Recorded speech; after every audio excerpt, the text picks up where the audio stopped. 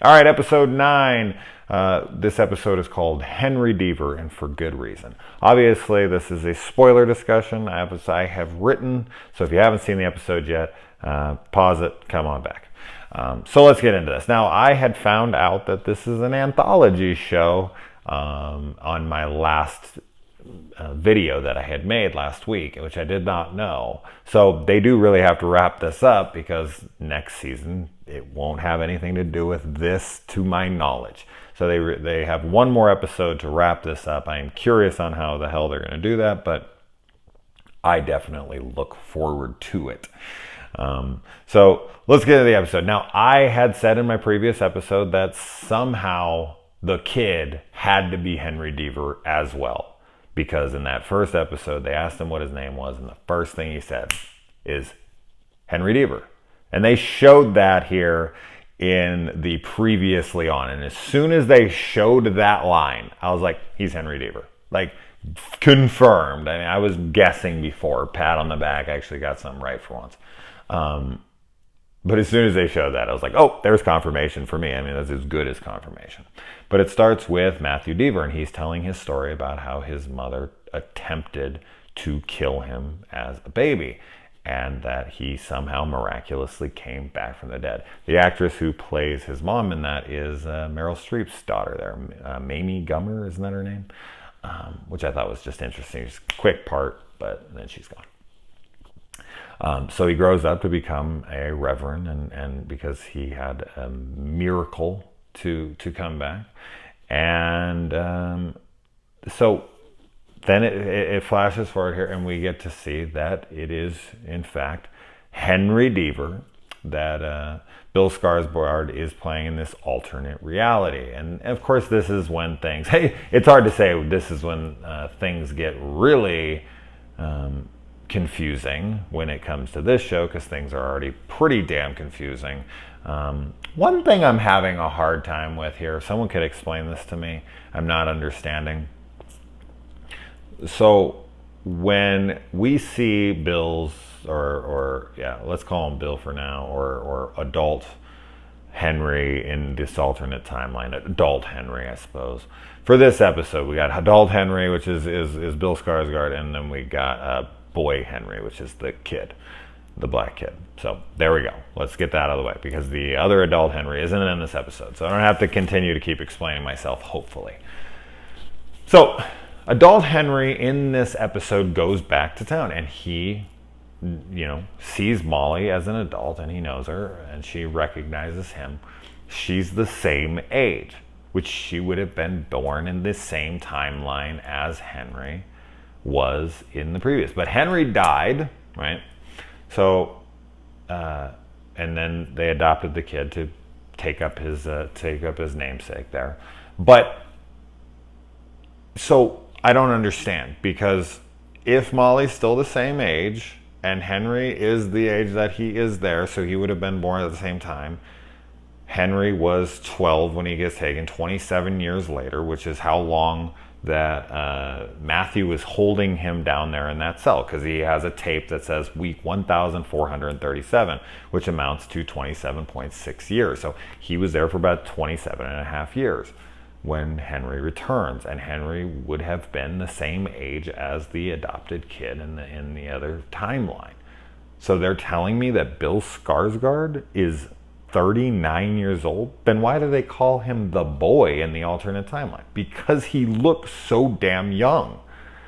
He's not even anywhere near that age. I mean, he's late 20s, okay, maybe early 30s, but he ain't almost 40 years old. So if someone can explain that to me, I don't understand what they're saying about the timeline on his age, because no. I mean, the only thing they could say is that he's 39, right? Or maybe it's fudged a little. I don't see how it could be, because Molly is the key to that. Like, they can't change the dates because Molly's the same age when he comes back to town. Anyways, moving on from that, I just thought that was interesting.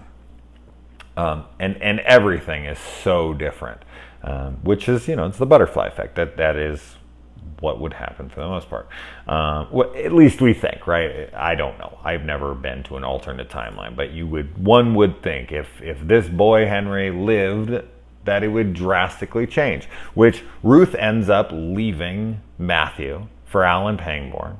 They meet up in Boston. He's up at the door, and then they move to Florida together to live happily ever after. She still gets dementia, which is what he's doing in the opening of this. He's trying to cure Alzheimer's, or should I say. But yeah, so that it's weird because it's like she didn't leave for her adopted son, but she did leave for her real son. Which, of course, there's so many different factors that play there, and the guilt of something and the death and all. Who knows what it could do to someone's mind. But, yeah, she bailed for this version. And Matthew, rather, finds the adopted boy, Henry, out there right after they leave. And he takes him in, just like, Ward and Lacey, which they have the same demise. They end up killing themselves both about the same time, 27 years later. I would expect probably on the same day. So a lot of similarities and a lot of differences. When he returns home, this house is a total wreck because it's being overseen by his father. When the other one returned home, his house was immaculate.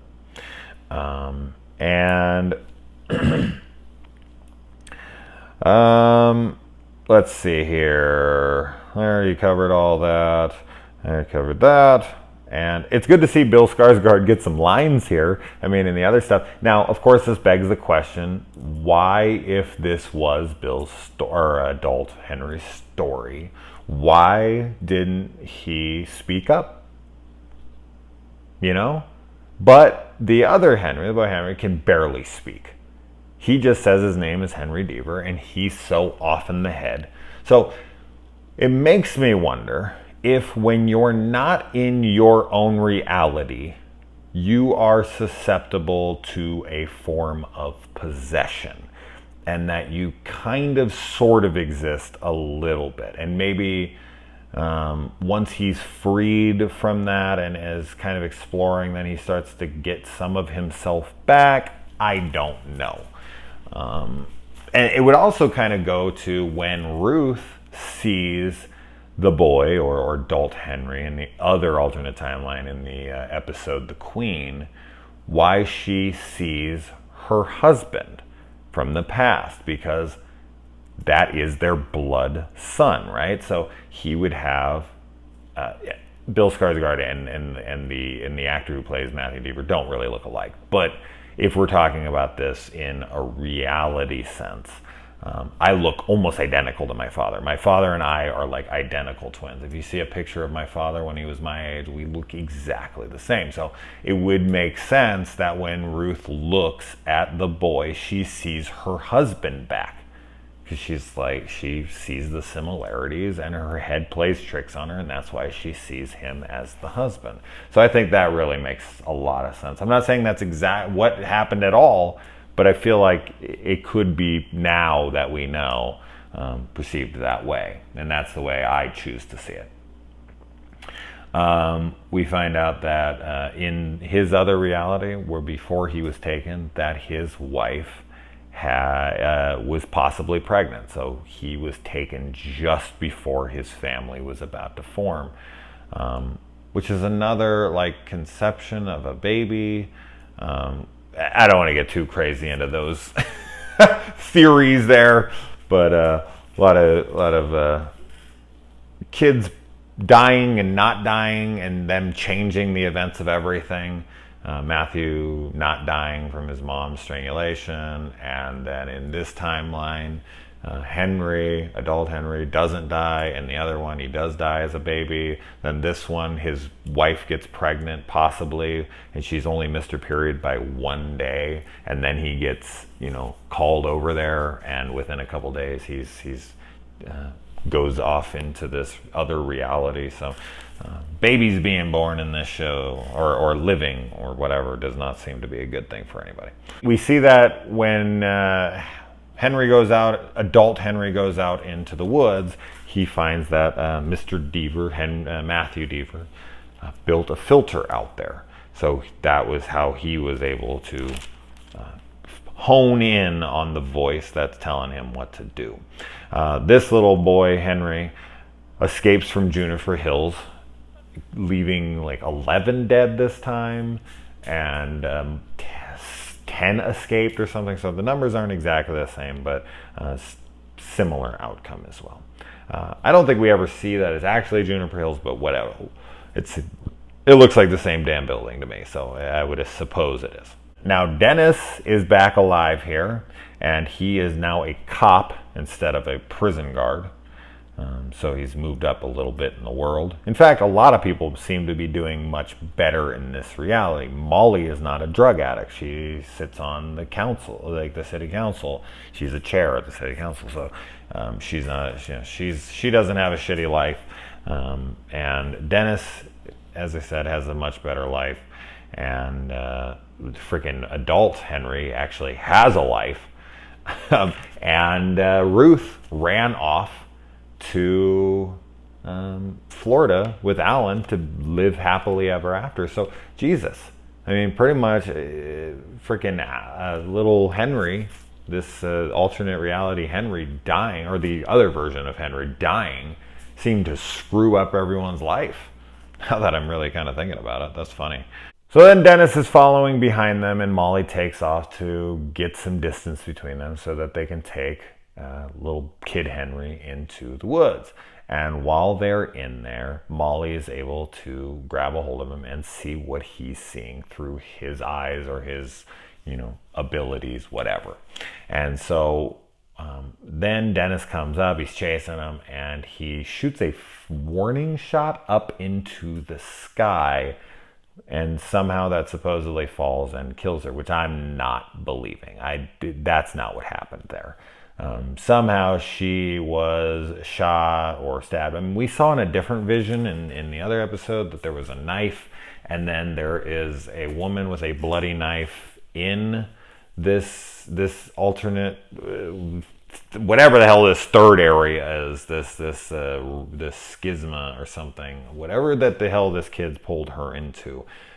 That's where she was stabbed. I didn't see her get any stabbed or anything, but we do get to see this one with a knife. And as I said in another episode, we got to see a bloody knife and her on the ground. So that has to be that. And so then adult Henry comes up and he grabs her, and he's holding her, and Dennis is freaking out. He's like, what the hell? I just shot a warning shot. But he's holding her, and then when she passes on, she dies.